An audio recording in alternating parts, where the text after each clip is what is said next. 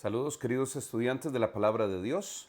Qué bendición poder volver a encontrarnos en nuestro programa Viviendo la Palabra. Este es un esfuerzo de la comunidad ministerial de la Iglesia Lifehouse para compartir y difundir a través de las redes y de nuestra querida emisora Life FM, la 89.5, los estudios bíblicos que compartimos con nuestra comunidad de fe. Me gusta siempre invitarles a que si está dentro de sus posibilidades, estos mismos estudios son repetidos los jueves a las 7 de la noche en uno de los auditorios de nuestra iglesia, ubicada en Cipreses de Curriabat. Si tú quieres venir, acompañarnos, participar, compartir tus inquietudes y también hacer preguntas sobre nuestro estudio, serás bendecido y bienvenido en nuestro estudio bíblico. Agradecerles a todos ustedes por su compañía y es un gusto poder seguir estudiando nuestra serie titulada Introducción al Apocalipsis y el mensaje a las 7 iglesias. Este es el estudio número 12 y el segundo que versa sobre la carta a la iglesia de Sardis, a la que tristemente nos referimos como la iglesia muerta. Es una clasificación y una descripción muy triste de lo que era la iglesia de Sardis. Repasando nuestro primer estudio acerca de esta carta, recordarles que en Sardis hay un cambio porque los pecados que se denuncian en las cartas en Sardis se convierten en una situación general de la iglesia. Es decir, es un pecado de iglesia, no de un grupo dentro de la iglesia. Y eso lo hace una situación más triste para nuestro Señor y más repulsivo para el carácter de nuestro Señor Jesús. Pero iniciemos nuevamente leyendo la carta a la iglesia de Sardis que encontramos en el capítulo 3 de Apocalipsis, los versículos del 1 al 6. Leamos juntos, por favor. Escribe al ángel de la iglesia de Sardis. Esto dice el que tiene los 7 espíritus de Dios y las 7 estrellas. Conozco tus obras. Tienes fama de estar vivo, pero en realidad estás muerto. Despierta, reaviva lo que aún es rescatable, pues no he encontrado que tus obras sean perfectas delante de mi Dios. Así que recuerda lo que has recibido y oído, obedécelo y arrepiéntete. Si no te mantienes despierto, cuando menos lo esperes, caeré sobre ti como un ladrón. Sin embargo, tienes en Sardis a unos cuantos que no se han manchado la ropa. Ellos, por ser dignos, andarán conmigo vestidos de blanco. El que salga vencedor se vestirá de blanco. Jamás borraré su nombre del libro de la vida, sino que reconoceré su nombre delante de mi Padre y delante de sus ángeles. El que tenga oídos, que oiga lo que el Espíritu dice a las iglesias. Y rápidamente, mis queridos estudiantes, recordarles que en nuestro estudio anterior repasamos en la carta lo que tenía que ver con el autor, con la iglesia y con el reproche, que son 3 elementos que ya estudiamos la semana anterior. Hoy nos corresponde seguir nuestro modelo de estudio revisando el elogio, el mandato y el consejo que da el Señor Jesús a sus hijos en la iglesia de Sardis.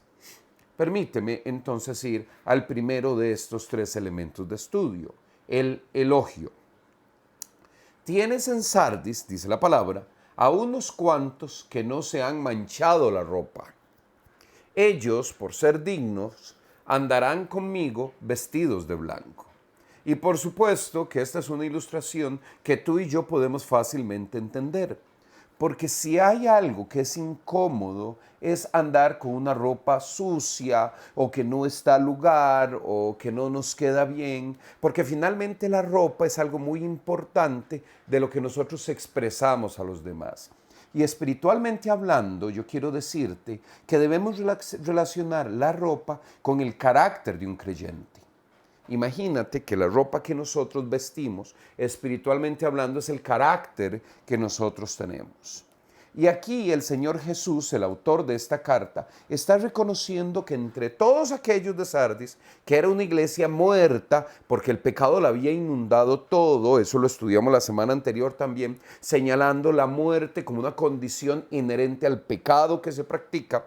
Entonces ellos que en la gran comunidad practicaban el pecado, dentro había un grupo pequeño que todavía no había ensuciado sus ropas. Se veían diferente, tenían un carácter diferente ante el Señor. Y saben, mis queridos estudiantes, Dios no es ajeno a esas cosas. Dios ve. Voy a usar una frase que a mí me gusta mucho. Dios pesa. Sí, sí, como aquel rey de Babilonia, pesado fuiste y hallado falto. Dios te pesa a ti, me pesa a mí y ve de qué estamos hechos. Permíteme compartir un hermoso versículo que está en Malaquías, capítulo 3, los versículos 16 y 17. Dice así: los que temían al Señor hablaron entre sí, y Él los escuchó y les prestó atención. Entonces se escribió en su presencia un libro de memorias de aquellos que temen al Señor y honran su nombre. El día que yo actúe, ellos serán para mí propiedad exclusiva, dice el Señor Todopoderoso. Tendré compasión de ellos como se compadece un hombre del hijo que le sirve.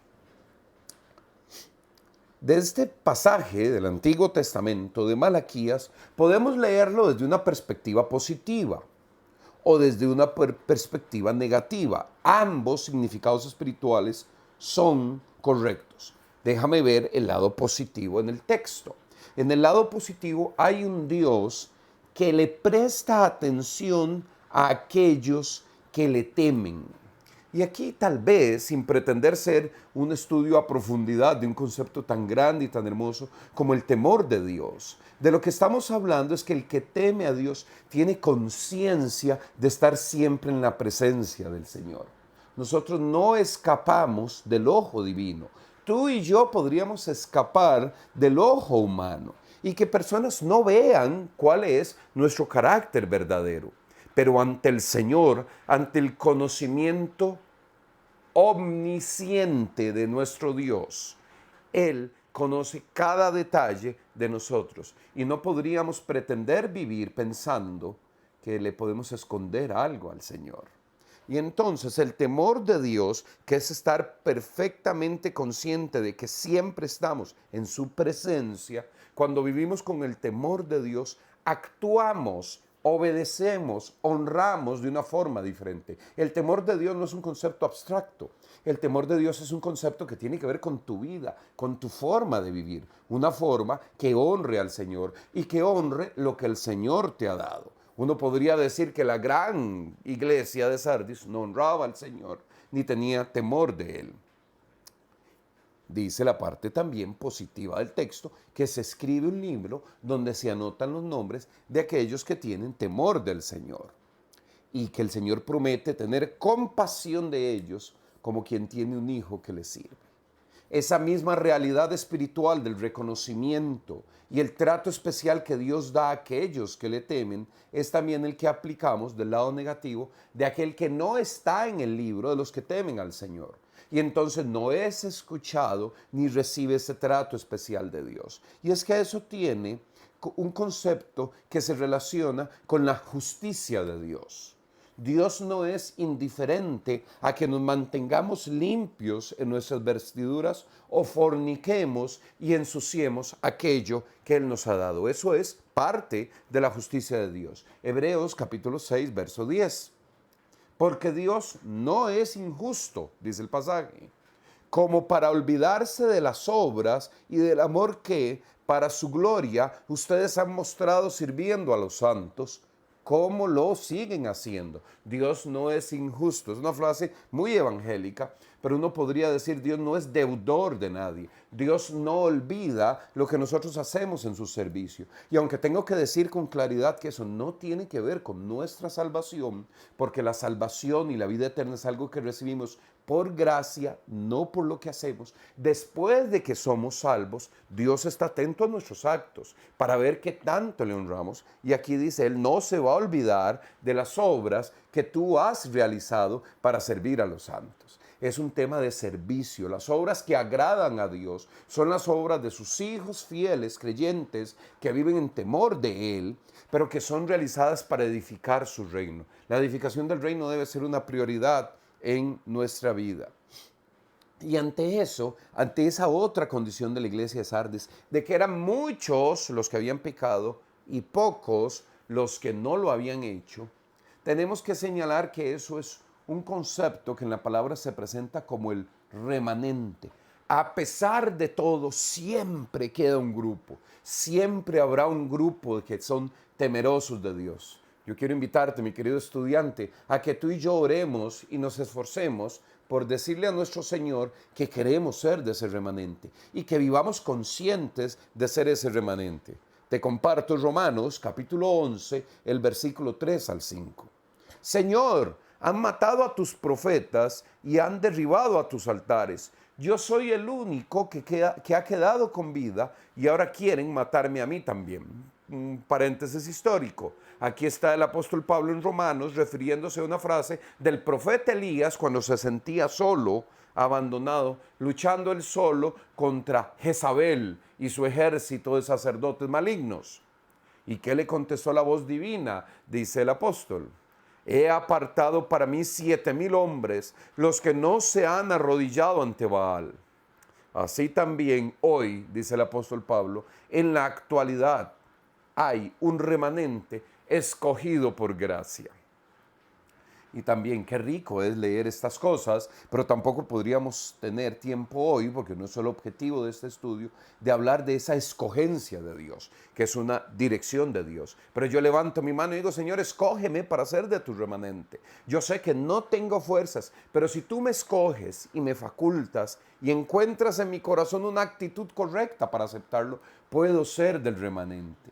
A ver, hermano, inspírate en ser del remanente, así como el que habla Romanos 11, como los 7,000 que en tiempos del profeta Elías y de los malévolos reyes Acab y Jezabel, había 7,000 que no doblaron sus rodillas, no ensuciaron sus ropas. Isaías 64:6 nos permite hablar también de este concepto del ropaje que menciona la carta que estamos estudiando. Isaías 64:6 dice, todos somos como gente impura, todos nuestros actos de justicia son como trapos de inmundicia. Todos nos marchitamos como hojas, nuestras iniquidades nos arrastran como el viento. Y algunas conclusiones de este pasaje son que sí, que la ropa tiene que ver con nuestro carácter de hijo. Y cuando estoy hablando de eso, no estoy hablando de mi temperamento, estoy hablando de mi carácter ante Dios. El temperamento es algo muy emocional. El carácter tiene que ver mi identidad, lo que soy ante el Señor. Y dice que aunque tú te esfuerces, tus ropas siempre serán trapos de inmundicia. Y ese es un concepto muy fuerte, porque no está hablando en este mensaje a la iglesia de Sardis del esfuerzo humano por ser correcto. No, está hablando de la obra santificadora del Espíritu Santo en la vida de un creyente temeroso de Dios, que lo habilita para vivir en un temor y en un testimonio de pureza ante el mundo. Y sí, puede sonar extremo, pero yo leo en la carta de Sardis que hay un llamado a que la iglesia viva con pureza en medio de las circunstancias pecaminosas del mundo. Somos diferentes, somos el remanente de Dios. La iglesia es el remanente que Él escogió, Él te escogió a ti. Y si de alguna manera estás escuchando esto, es porque hay un propósito de Dios de que escuches el llamado del Espíritu Santo a que te sientas remanente fiel. Y un detallito también, para redondear este concepto con un verso de Apocalipsis, Apocalipsis capítulo 7, versículo 13 y 14. Hermoso. Entonces uno de los ancianos me preguntó, ¿esos que están vestidos de blanco, quiénes son y de dónde vienen? Eso lo sabe usted, mi Señor. Respondí, ahí es el apóstol Juan, el mismo que escribe Apocalipsis 3, aquí en Apocalipsis 7. Él me dijo, aquellos son los que están saliendo de la gran tribulación. Han lavado y blanqueado sus túnicas en la sangre del Cordero. Y esto eleva un grado más esta enseñanza sobre las vestiduras que debemos llevar, porque aquí habla de una vestidura que debe ser blanca, blanco cielo. Permíteme decirlo así. Alguien me dice, el cielo es celeste. No, estoy hablando de la blancura que ha de vivirse en la presencia del Señor. Cómo han de estar aquellas túnicas, aquellas vestimentas cuando estemos de pie ante el Dios creador del universo, en la ciudad que Él preparó para nosotros. De ese blanco podemos alcanzarlo a pesar de pasar por la gran tribulación. Y aquí quiero ser respetuoso, pero yo debo decir, mi querido hermano, que aún la tribulación y el ambiente de pecado donde nos vivimos no son obstáculos para que el Señor nos elija como remanentes y que vistamos esas vestiduras blancas. Porque eso tiene que ver con la santidad. Y déjame decírtelo así, tiene que ver con la santidad de Dios. Mateo capítulo 17, versos 1 y 2. 6 días después, Jesús tomó consigo a Pedro, a Jacobo y a Juan, el hermano de Jacobo, y los llevó aparte a una montaña alta.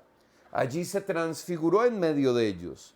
Su rostro resplandeció como el sol y su ropa se volvió blanca como la luz. Estamos hablando de esa vestidura que relacionamos con el hermosísimo momento de la transfiguración de nuestro Señor. Cuando el Señor Jesús, no pretendo ser exhaustivo en la explicación, pero el Señor Jesús se presentó ante esos discípulos que tuvieron el privilegio de verlo en toda su divinidad. No veló su divinidad y por eso dice que resplandecía como el sol y su ropa era blanca, blanco cielo, el blanco que vamos a vivir en la presencia del Señor. Y una última referencia bíblica a este tema de las vestiduras blancas, del remanente fiel de la iglesia de Sardis que nos representa a ti y a mí. Hechos capítulo 1, versículos 10 y 11. El tema de la ascensión, muy a propósito de estos días de la Semana Mayor, donde recordamos la pasión, la muerte y la resurrección de nuestro Señor Jesús. Hechos 1, 10 y 11. Ellos se quedaron mirando fijamente al cielo, mientras Él se alejaba. Iba Jesús a su trono. De repente se les acercaron dos hombres, y oigan qué bonito detalle, vestidos de blanco, que les dijeron: Galileos, ¿qué hacen aquí mirando al cielo? Este mismo Jesús que ha sido llevado de entre ustedes al cielo, vendrá otra vez de la misma manera que lo han visto irse. Y esos dos hombres llegaron, mis queridos estudiantes, vestidos de blanco. Vestidos de blanco, porque las vestiduras ante nuestro Señor son importantes. Repito, mi querido estudiante, vestiduras de carácter, vestiduras del remanente de la iglesia de Sardis, vestiduras de aquellos que viven en el temor de Dios, vestiduras que reflejan la pureza de Dios en nuestras vidas, vestiduras que podemos alcanzar, que Dios nos ha elegido para ser remanentes y para vivir en medio de eso. Hemos estudiado acerca del elogio, porque el Señor Jesús le reconoce a aquella iglesia el remanente de las vestiduras blancas en la iglesia que le escribe esta carta. Segundo elemento que estudiamos en nuestro estudio de hoy, el mandato. Y vean qué interesante la orden que le da el Señor, el mandamiento que le da el Señor a esta iglesia de Sardis. Dice así: despierta. Reaviva lo que aún es rescatable, lo que aún es rescatable. Así que recuerda lo que has recibido y oído, obedécelo y arrepiéntete. Si no te mantienes despierto, cuando menos lo espere, caeré sobre ti como un ladrón. Y antes de que me quiten la pantalla, permíteme resaltar esas palabras. Despierta. Lo que es rescatable, lo que has recibido, obedécelo y arrepiéntete. Eso es lo que llamamos en el estudio teológico una cascada o una cadenita de eslabones de conceptos espirituales. El primero es despiértate. Y a ti te digo, mi querido hermano, no sé cuál es tu condición espiritual, pero debes de estar despierto, avivado, con los ojos atentos, escuchando lo que vos dice. Y ahora dice: reaviva lo que es rescatable, lo que aún es rescatable. Y eso es un concepto tan sabroso, tan ministrador, porque no importa cuál sea nuestra condición, Dios siempre ve en nosotros algo rescatable. Entonces despierta y reconoce, mi querido estudiante, que en ti hay cosas que son rescatables, que no estás perdido, que eres rescatable, puedes ser rescatable. Y dice, recuerda lo que has recibido y por supuesto un cambio de vida, de obediencia y arrepentimiento. Claro, cuando hablamos de todo esto, permíteme compartir que la obediencia tiene un concepto central en este mandato a la iglesia. Segunda de Pedro, capítulo 3, versículos 15 y 16. Dice así, tengan presentes que la paciencia de nuestro Señor significa salvación, tal como les escribió también nuestro querido hermano Pablo, con la sabiduría que Dios le dio. Me detengo aquí un momento. Cuando el Señor dice obedece en el mandato a la iglesia de Sardis, está diciendo obedece la palabra de Dios. Y tal vez es uno de los principales sentidos de este estudio bíblico. Predicamos y enseñamos palabra de Dios para que la obedezca. Los estudios bíblicos tienen que ser bíblicos, basados en la palabra, con muchos versículos, obligándote a leer mucho la palabra, recordándote que tienes que vivir una vida centrada en la palabra. Lee, estudia, medita, escucha y también memoriza. Eso me lo aprendí en mi discipulado. La palabra de Dios se lee, la palabra de Dios se escucha, lo que estás haciendo ahora o cuando te congregas. La palabra de Dios se estudia también. Me centro, me profundizo, hago un esfuerzo intelectual por atender. La palabra de Dios se medita porque eso es... la meditación es espiritual, es cuando el Espíritu Santo viene y extrae la carnita, el jugo, la esencia de aquello. Y la quinta, que a muchos no les gusta, pero la palabra de Dios se memoriza. Tenemos que guardar palabra. Aquí un paréntesis, ¿con qué limpiará el joven su camino? Dice el Proverbios. Con guardar su palabra, perdón, Salmos, con guardar su palabra. En mi corazón he guardado tus dichos para no pecar contra ti. La palabra de Dios está en el centro. Y dice el versículo 16, volviendo a la cita. En todas sus cartas, está hablando de Pablo, se refiere a estos mismos temas. Y el mismo Pedro reconoce. Hay en ellas algunos puntos difíciles de entender, que los ignorantes e inconstantes tergiversan, como lo hacen también con las demás escrituras para su propia perdición. Y aquí la llamada de atención que le hicimos desde que empezamos este estudio de Apocalipsis es que las cosas, aunque sean difíciles de entender, si están en la palabra de Dios, debemos de estudiarlas y debemos de esforzarnos por tener un concepto claro, una espiritualidad basada en la palabra, una obediencia basada en la palabra. Y aquí yo debo relacionar esta ilustración de la carta de vivir en la palabra con la atención y el estar despiertos. Mateo 24, 43 dice, pero entiendan esto, si un dueño de casa supiera a qué hora de la noche va a llegar el ladrón, se mantendría despierto para no dejarlo forzar la entrada. Y esa es una condición. En el mandato a la iglesia de Sardis, el Señor está pidiéndole a la iglesia, estrictamente al remanente de la iglesia, que se mantenga despierto, que se mantenga despierto. Y eso significa estar viviendo en la palabra. Un creyente despierto es el que reconoce que tiene que vivir estudiando la palabra para estar atento, para tener los pensamientos claros. Y así que no nos sorprenda. Apocalipsis, Primera de Tesalonicenses, capítulo 5, versos 1 y 2. Ahora bien, hermanos, ustedes no necesitan que les escriba acerca de tiempos y fechas, porque ya saben que el día del Señor llegará como ladrón en la noche. Y aquí hay un tema, tal vez espiritual y pastoral, que me gustaría compartir contigo. Dice que llegará como ladrón en la noche. Pero en el versículo de Mateo 24 nos ha dicho que si sabes que va a llegar como ladrón en la noche, te mantienes despierto. Es decir, la venida del Señor, el juicio final, la escatología, eso va a llegar y va a sorprender a aquel que no esté despierto. Va a ser una sorpresa negativa, una confrontación para aquel que esté dormido. Mientras yo espero que tú y yo, en el momento que nuestro Señor venga, si nos toca estar en vida cuando venga el Señor Jesús a rescatar a su iglesia, levantemos nuestras manos y digamos, aquí estamos, Señor. Ven, buen Señor Jesús, como dice el apóstol Juan cuando termina Apocalipsis. ven por nosotros. Gloria a Dios, aleluya, Maranata, Cristo viene. Es el mensaje del Evangelio. Apocalipsis capítulo 16, verso 5.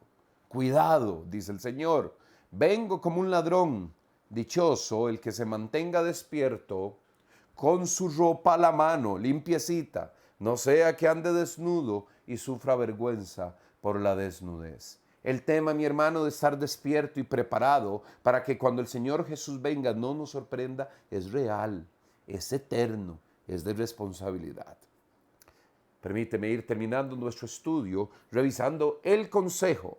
Dice así el consejo en la carta a Sardis: el que salga vencedor se vestirá de blanco. Jamás borraré su nombre del libro de la vida, sino que reconoceré su nombre delante de mi Padre y delante de sus ángeles. El que tenga oídos, que oiga lo que el Espíritu dice a las iglesias. Y debo confesar que este tema del libro y no borrar y todo eso nos daría para muchos estudios de un tema, de una dualidad teológica que puede ser un poquito compleja y hasta polémica. Pero aquí debo centrarme en la idea de ese reconocimiento de Jesús para el remanente fiel de la iglesia de Sardis. Apocalipsis 19, 7 al 9. Alegrémonos y regocijémonos y démosle gloria. Ya ha llegado el día de las bodas del Cordero.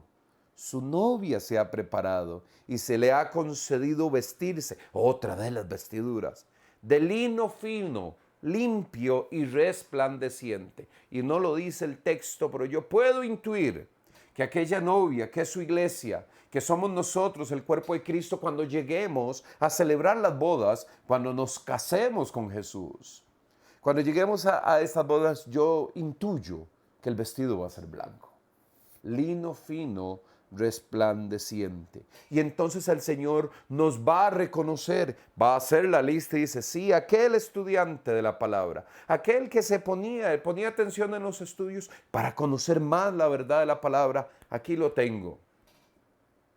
Joaquín Ugarte, en el libro de la vida. Gloria a Dios, porque Él nos ha escogido para estar en ese libro. Apocalipsis 20, versículos 12 y 15. Vi también a los muertos, grandes y pequeños, de pie delante del trono. Se abrieron unos libros y luego otro, que es el libro de la vida. Y aquí hay un mensaje un poco triste. Aquel cuyo nombre no estaba escrito en el libro de la vida era arrojado, al lago de fuego. Y permíteme decir, para usar una frase de mis padres, el tema de estar en el libro de la vida no es algo que sea, es algo, que no es jugando. Tú y yo debemos de estar preocupados por estar en ese libro. Estamos escritos en ese libro cuando hemos aceptado a Jesús como nuestro Salvador y anotan nuestro nombre en el libro de la vida y no será borrado de ahí porque la gracia salvadora de Jesús ha venido a nuestra vida. No es por nuestras obras, pero sí debemos de estar atentos. Y yo sería un mal maestro de la palabra y un mal pastor si no te pido que si no estás seguro de tu encuentro con Cristo, si no estás seguro de haberle abierto el corazón al Señor, que te detengas un momento y le digas: Jesús, gracias porque moriste por mí. Dios, gracias porque enviaste a tu Hijo a morir en mi lugar. Hoy acepto ese sacrificio y que su sangre me limpie y que yo pueda estar de pie delante del trono con vestiduras blancas y que el Espíritu Santo afirme ese deseo de tu corazón.